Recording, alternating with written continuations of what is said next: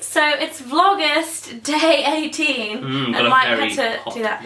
We have Wolf sitting in between us right now, so if you hear any panting or whining or anything like that, she's having a little bit of a sensitive time at the moment with her phantom pregnancy, so she won't move basically. So today we're going to be doing a Ask Fleur video, but we're making it an Ask Fleur and Mike video because we're doing my #1 like most requested Ask Fleur topic, which is relationships.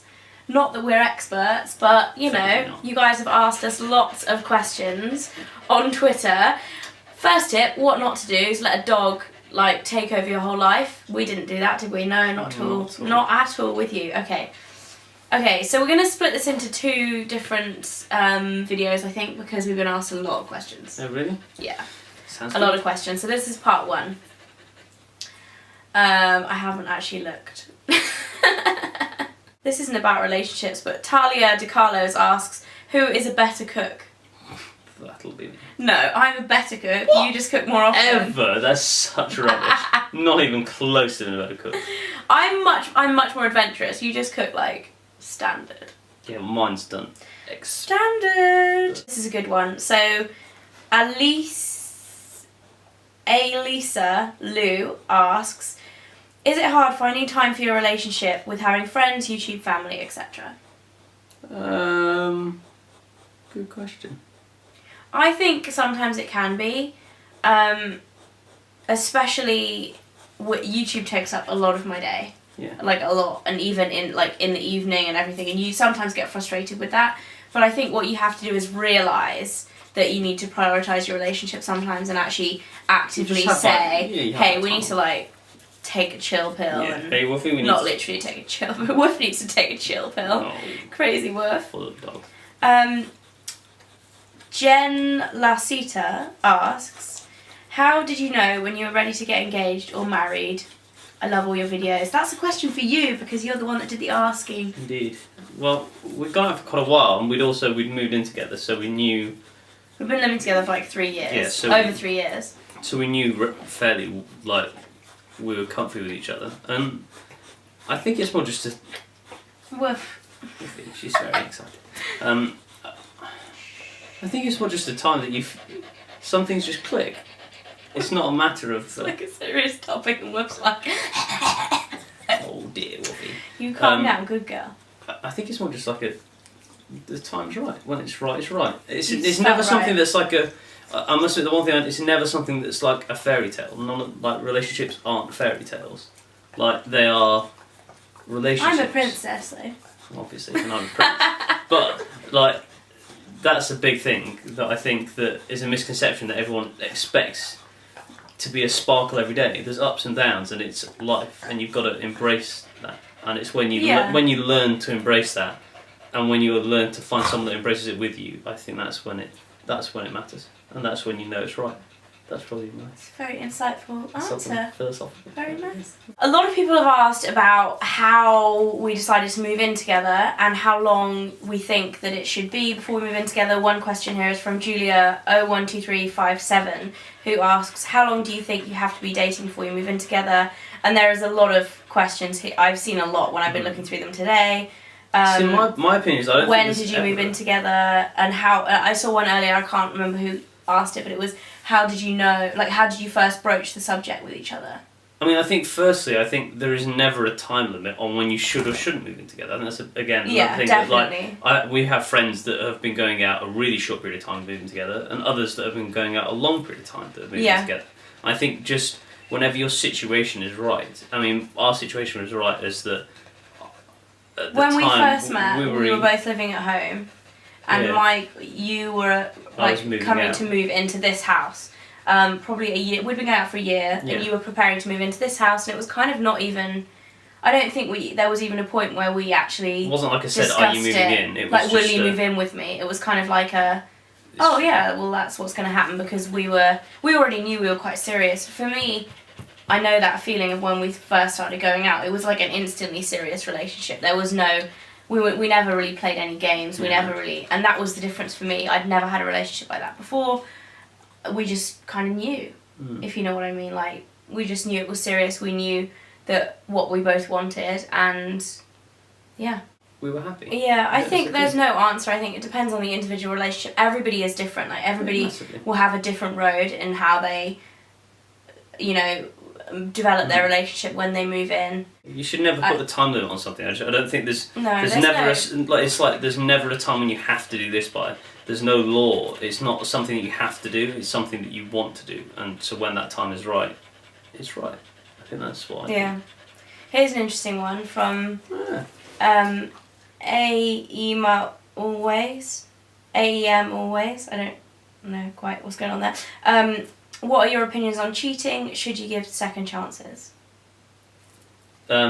Me personally, a lot depends on the situation, but generally I'd say no.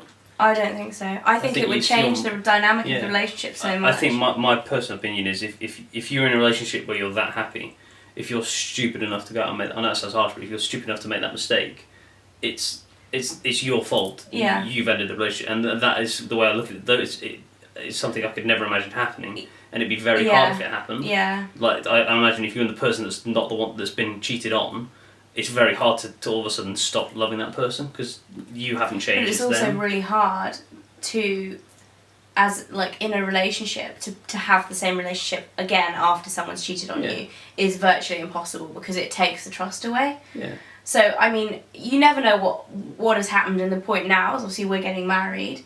If in 20 years that happened somewhere down the line, you do have to think about more than just, like, what's going on. You have to think about the fact that you potentially have a family. Like, it gets more complicated as life goes on. But I think in our relationship so far, we've very much, like, we've never had a situation like that, thank goodness. But we've always been both very, very, like, forceful in saying that if you cheated on me, that would be it.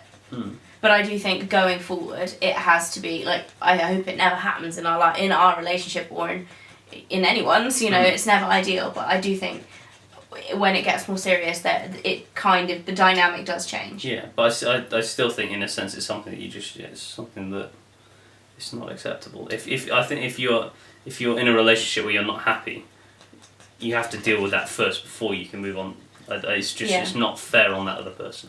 It's not fair.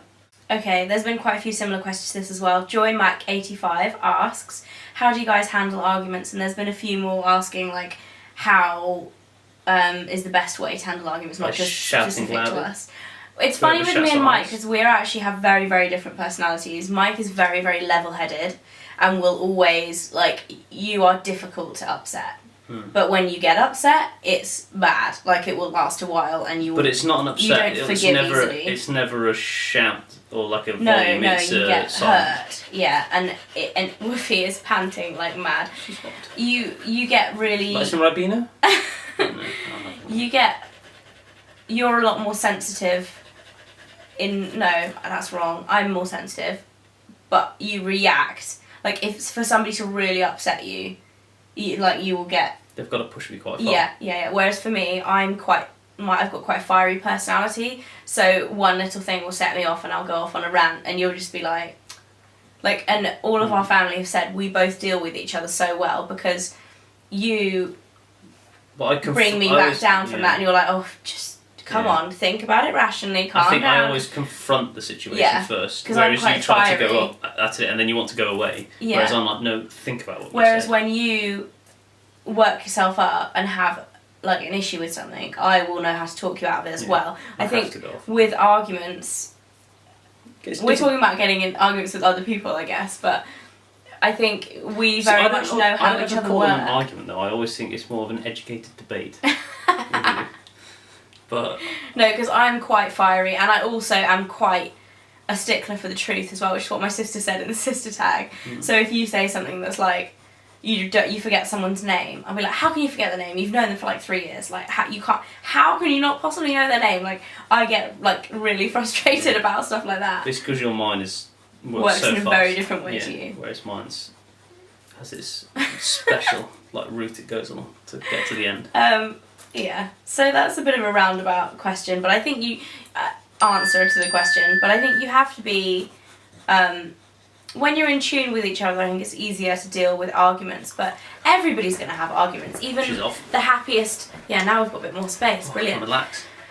She's going to stand by the camera now and pants. It's going to be louder. But I think, you know, when you're growing as a relationship, you learn how to deal with each other and deal with each other's arguments. And obviously, if you're arguing all the time, constantly, maybe it isn't working. I don't know. There's some people. Some people have arguments all the time. Yeah. Yeah. Whereas for me, it's just usually Just me being like, and you being like, calm down, like, it's going to be fine. Yeah.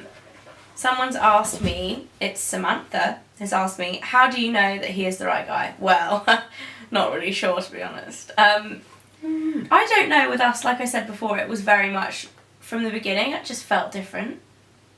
Like, it felt, at the time, I met Mike just before I was about to start university, literally 2 weeks before. And I was literally like, I said to you, I was like, I don't really want a boyfriend, you know, it's probably the worst time for me to meet you.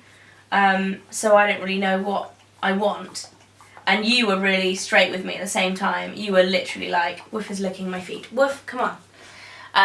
Come here. Come on. Come sit here. There you go. You were literally like, well, I want to go out with you, so you need to give me an answer. And it was very much like, you were like, I'm interested. Like, we were both very, very direct with each other, weren't we? I've even forgotten what the question was. How did you know who was the one?